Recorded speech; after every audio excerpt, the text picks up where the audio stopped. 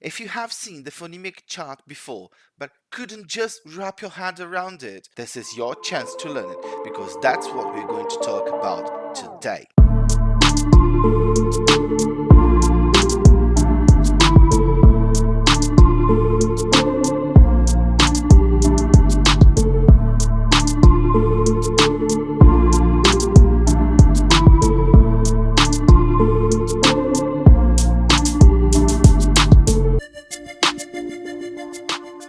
Hello again and welcome back to Blimey English. Today we are going to see another very important aspect or subject involving the IELTS test, right? I've written another article and this one is about what is the phonemic chart and how to use it to help you in your IELTS test when you're preparing for your IELTS test. So let's have a look at it. You already know that one criterion that your examiner is evaluating during your test is pronunciation, right? So pronouncing a word correctly is not only good for your general English, it is essential for your success in the IELTS test. But if you're not sure of how to pronounce a letter or word, what can you do? Well, in this article, I will tell you one thing that can help you, the phonemic chart. Have you tried using a dictionary and found those strange signs that seem to be the word you're looking for, but in a different way, right? Well, that would be the phonemic transcription. If you have seen the phonemic chart before but couldn't just wrap your head around it, this is your chance to learn it because that's what we're going to talk about today. What is the phonemic chart, Simon? You might ask me. Well, that's what I'm going to tell you right now. The phonemic chart is a chart that shows all the phonemes in a language, right? A phoneme is one single sound that has meaning. A phoneme is one single sound that's got meaning. The English language, in its British model, has 44 phonemes, but we only have 26 letters, right? So what happens is that sometimes we've got combinations of letters to make a phoneme. That's the thing. And the letter oftentimes can represent different phonemes and therefore, and because of that, and consequently, different pronunciations. Let me give you, as an example, the following letter combination. This one here, the CH. With this one, we can have three different phonemes. The first one is the one you see in this word here. How would you pronounce this word? So this word is actually pronounced chef. Chef. You can see here in the phonemic transcription. Don't worry about that right now because we're going to see everything about those signs in a bit. I just want you to have the gist, the general idea of it, right? Gist is a general idea of something, okay? Then we also have this other letter here. How would you pronounce it? Cheek. Cheek. That's the pronunciation. And then we have this other one here. How would you pronounce it? Go on, try it. In fact, this one we pronounce chemistry. Chemistry. So you see, we've got the same combination of letters in the three words, right? But they've got different pronunciations. That's the thing. I know. Sometimes it can be confusing, right? But we need to bite the bullet and face it instead of stop studying it because it's confusing. If you bite the bullet, and here goes an idiom for you, you accept the fact that you need to deal with that thing, right? So if you need to bite the bullet here and study, you need to accept that although it might be difficult, you still need to cope with that. We still need to deal with that, all right? So see, it's confusing because you've never studied properly. That's the thing, right? Let me quickly tell you something here. Sometimes we simply need to face and do complex and difficult things. What changes is the way we decide to approach that, right? I habitually say to my students, you cannot control the questions you get in your exam, but you can control the way you will answer those questions. That's the thing. You have no control over the questions you get, over the questions your examiner might ask you, but you have control over your answers. That's the thing. You see, you just need to change, to turn the approach you're going to have. And that's the same principle here. The way we approach something, we tackle something, we deal with something, the way we do it, in many cases, is far more important and relevant to the results than the thing itself, right? So try to have a positive mind when approaching and studying this one here with me. Make sure to cheer yourself up when learning subjects that you might find difficult. If it helps, if it gives you some comfort, think this. They're difficult because probably you've never studied them properly, and when you have the chance, you get to like it. In this video, I will help you with the phonemic chart, which is something that you might have been trying to wrap your head around it. If you try to wrap your head around something, you try to understand, you try to comprehend how that thing works, right? Now, sometimes we also have what are called allophones. I know, don't panic. Allophones. An allophone is one of the ways a phoneme can be pronounced. I'll repeat that for you. An allophone is one of the ways a phoneme can be pronounced. They don't change the meaning of the word, they just change the way it is pronounced, right? And I can give you one example. How would you pronounce this word here? This one. Go on. Say it out loud. Don't mind people around you. You're just practicing. You were just embellishing, improving, augmenting your English skills. Don't mind people. Go on, say it. How would you pronounce this word here? So I say water, water. But that is because I've got a British accent. American accent speakers would say water, water. See? Both ways are correct. And both ways have the same meaning, right? The letters T and R are the allophones in the same phoneme. Allophones of the same phoneme. See? Some people say water, some people say water. And there are cases in some British variants of the language that people say water, water. But that is another thing.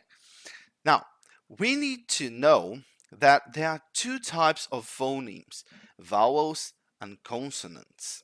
Vowels are sounds that have no obstruction of the airflow when pronounced, making an open sound, whereas consonants are sounds produced when you block the airflow by your teeth, tongue, lips, palate, etc.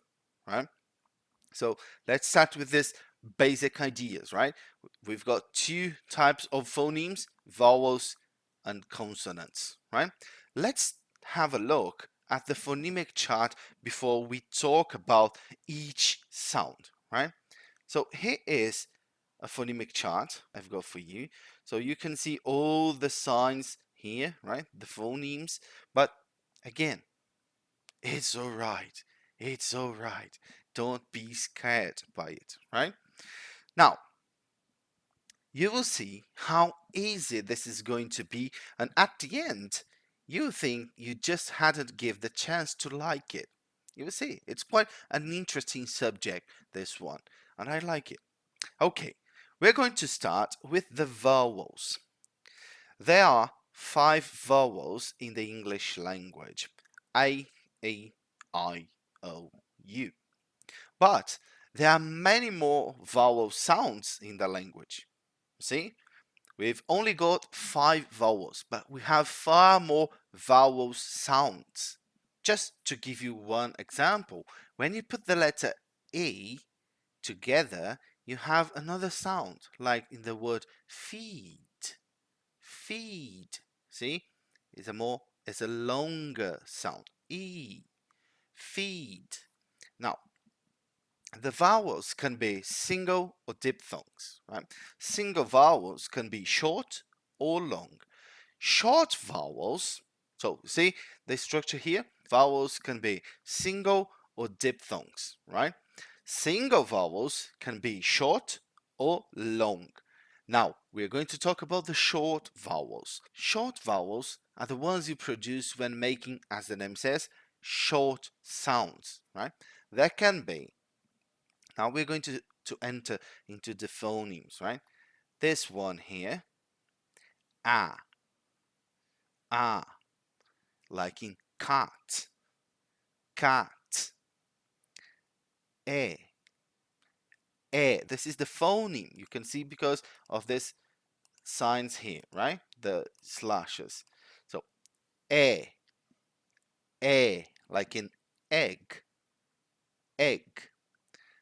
This other one, e, like in tip, tip. The next one, oo, like in hook, hook. This other one, o, like in hot, hot. And the last one, o, like in cup, cup, right? Then here we need to talk about the schwa sound. The schwa, this sign here, you can say it looks like upside down E, right? And that's what it is. That's the sign of the schwa, right? This is a short vowel sound that has no stress, right? You simply relax your mouth when producing it. Uh, is simply the sound you produce with your mouth completely relaxed. Uh, uh. Now, because of that weakness, the schwa sound is present in many words more than once, right? Some examples for you, some examples of the schwa sound inside words can be this one here, alone, alone. So you see it is present here in the beginning and here at the middle. Alone, alone. Another one is this one here, given, given, given. And another one at the end, teacher, teacher. We are going to see all these other phonemes, right? Don't worry. Now you just need to understand the schwa, which is also a short sound, right? A short vowel sound. Long vowels are the ones you produce when making, as the name says, a longer sound, right? They can be those ones here. This one, ah, like in car, car. This other one, uh, uh, like in earn, earn. This other one here, e, e, like in deep, deep. Then we've got this other one, o, like in floor, floor. And this other one, ooh, like in boot, boot. So here's a tip for you. In the British version of the phonemic chart, the long vowels will always come together, come accompanied of those colon signs, right? As you can see here, that is the colon sign. That is for us to know that they are longer sounds, right? Longer vowel sounds, okay? Now, when we have diphthongs, we notice a linking between the vowel sounds, right? You start saying one, and then with no pause, you change to the other one, right? You start saying and pronouncing the other one. The diphthongs are these ones here. The first one, I. You see, you start saying one, and then you go changing to the other one without stop, without pause, right? I, like in the word cry, cry. Another one, ow, ow, like in the word mouse, mouse. Another one, air, air, like in the word bear, bear. Another one, a, like in the word name, name. Another one, ear, ear. You see, that's the schwa sound here, right? And that would be that short vowel, e, e. But then you link that short vowel sound with the schwa, and you make ear, ear, right? Like in the word beer, beer. Another one, oh, oh, like in the word close, close. One more, oi, oi, like in the word coin, coin. Another one, ooh, ooh, like in the word tour, tour. Okay, I think you got the general idea about the vowels, right? How are you? How are you feeling? Is everything all right? Are you still there with me? Okay, let's have a look now at the consonants, right? Okay, remember what I said before?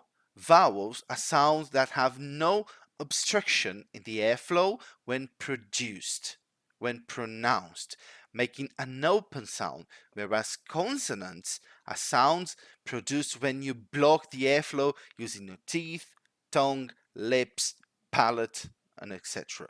Right? That's the point. We are now going to see the consonants. How a consonant is spoken involves manipulating the airflow through those parts of your mouth, the teeth, lips, tongue, palate, as well as the very speed and strength of it, right? The speed and strength of the airflow, okay? They can be voiced or voiceless or unvoiced, right? The consonants. Now, voiced consonants are the ones that you make when you feel a vibration at the back of your throat, right? In your larynx. If it, if you can if you put your fingers on it, you can feel that vibration when you pronounce those words, right? Let's see the consonant sounds, right? So the first one is this one here. B, b, b, b. Can you feel it? B, b.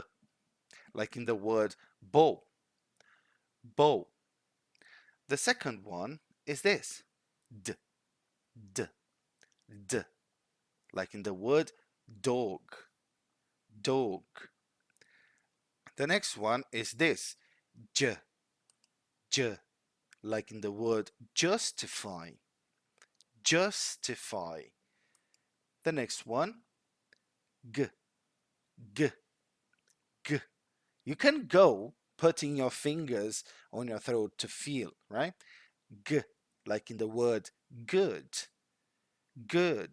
The next one, v, v, v. Like in the word very, very. Then we have another one, the, the, like in the word this, this. You see here, that's what we call, I've talked about this in some videos, the voiced th. That is the voiced th. See, this here is the sign, is the phoneme for the voiced th, right? The. Then we have the next one, z, like in the word zebra, zebra. So just for you to know, zebra would be British pronunciation, whereas American pronunciation would say zebra, right? The next one is this, j, like in the word confusion, confusion. Another one, m, like in the word mum, mum. Another one, n, like in the word known, known. Another one, n. This one is close to the previous one. You need to be careful. The previous one was n. This one is n. It's subtle. It's subtle. It's like in the word sing, sing, n, sing, sing. Then the next one, l, like in the word love, love. The next one, r, like in the word red, red. The next one, w, like in the word what, what. The next one, y, like in the word you, you, right? Okay, now let's have a look at the voiceless consonants, right? The voiceless consonants are the ones that you don't produce that vibration when you say them, when you pronounce them, right? You also use your lips, tongue, teeth, and palate, but you can't notice a vibration. Let's have a look at them. The first one, b, b, like in the word but, but. The second one, t, t, like in the word tea, tea. The next one, ch, ch, like in the word chapter, chapter. The next one, k, k, like in the word cat, cat. The next one, f, f, like in the word fitness, fitness. Another one, th, th, like in the word thanks. And here you can see the voiceless th, the unvoiced th. That's it. This here is the sign, is the phoneme for the voiceless th. Th, th. Now the next one, s, s, like in the word seek, seek. The next one, sh, sh, like in the word she, she.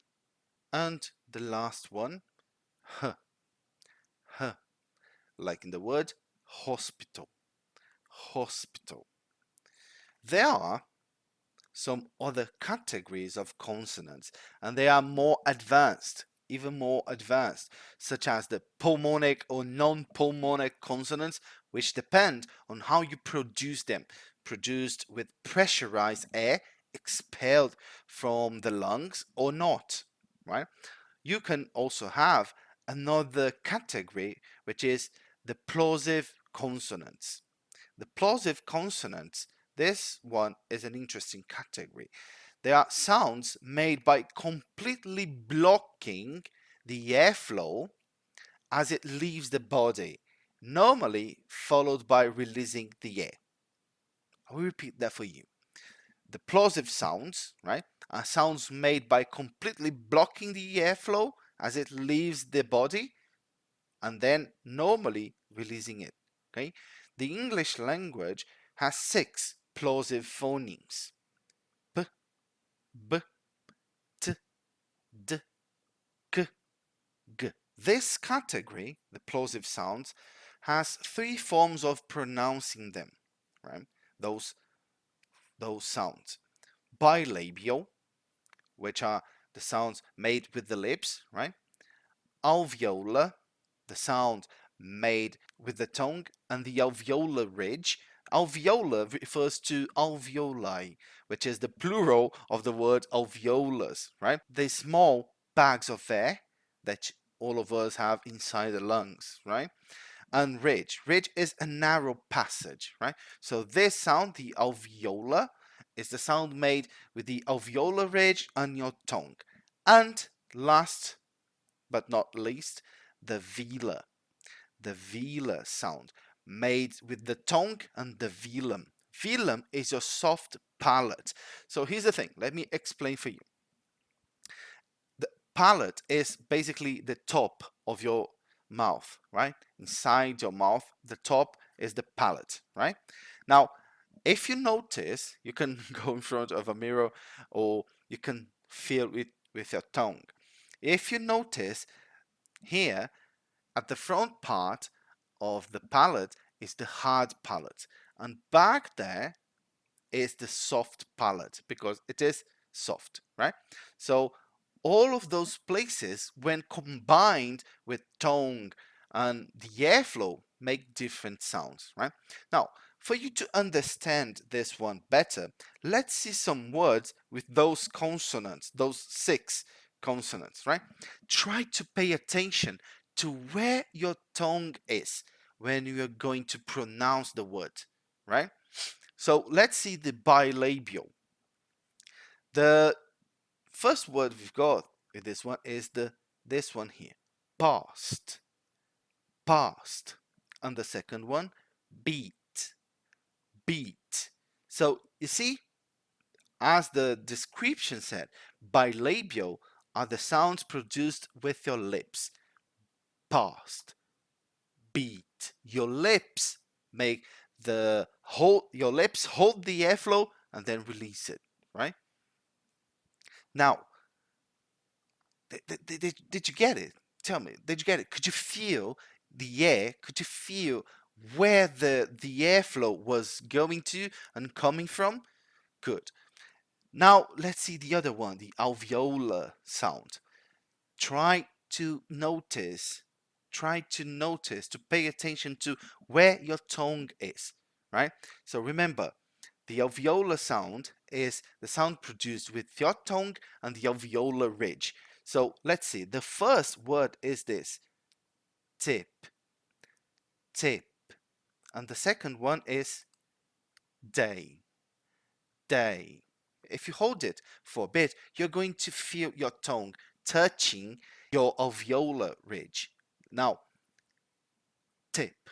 See, before saying it, try to hold it a bit for you to feel. Tip. See, you can feel the pressure of your tongue. Tip, tip. Okay, good, very good. Then we've got the next one, velar, velar. And this sound is the sound produced with your tongue and your velum, which is your soft palate, right? Now, try to notice where your tongue is again, right? So the first word is this, code, code. And the next one, go, go. Now, again, if you hold it for a bit, you can feel where your tongue is, right? Try to say the words, but before saying it, hold it for a bit for you to notice. Let's do it. The first one, code, code. Can you feel where your tongue is? And the second one, go, go. Good. I know, I know, they might even appear difficult to understand, And you don't really need to go further into this understanding of these ones to make a good use of the phonemic chart, right? With the information I gave you here, you can already have a satisfactory understanding of how to use the phonemic chart to help you when you need it. Remember what I said in the beginning? When you go to a dictionary to see a word and you see those signs, you have no idea. Well, you had no idea of what they are. But now you not only have an idea, but you know what they are, right? So now you can use the phonemic chart to help you when you are in doubt of a word's pronunciation, right? Now, let's just make a quick exercise. I will give you some words in the phonemic transcription for you to guess, and then I will tell you the word, right? Ready? Okay, let's go see the next one. This one here. Can you guess the word? I will give you some seconds.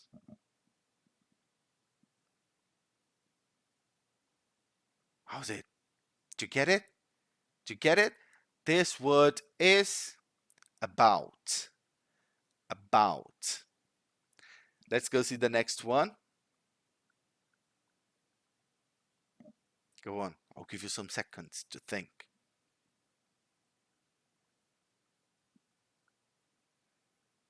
Did you get it?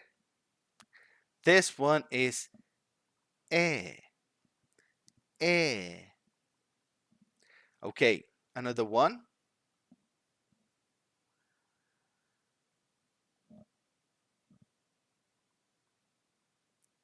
This one is bird. Bird. Another one for you. Tell me what you think. Did you get it? This one is difficult. Difficult. Another one for you.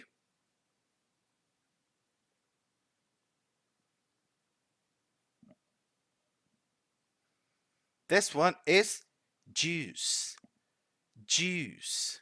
So you see, when you learn the phonemic chart, you can either cut off from your vocabulary some mistakes that you might have, because I've seen students pronouncing juice, juice, and as you can see in the phonemic transcription, there is no E sound. It's just juice, juice. Okay, the next one.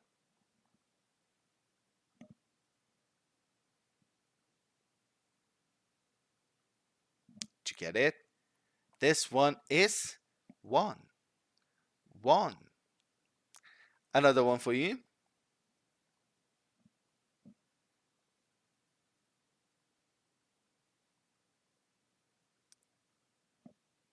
Did you get it? This one is quiet. Quiet. Quiet. Okay, let's go see the next.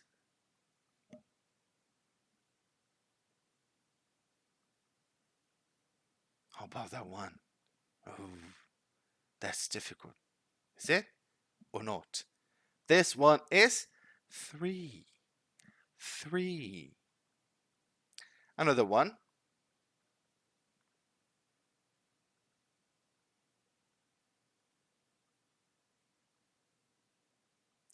This one is yesterday. Yesterday. And the last one. This one.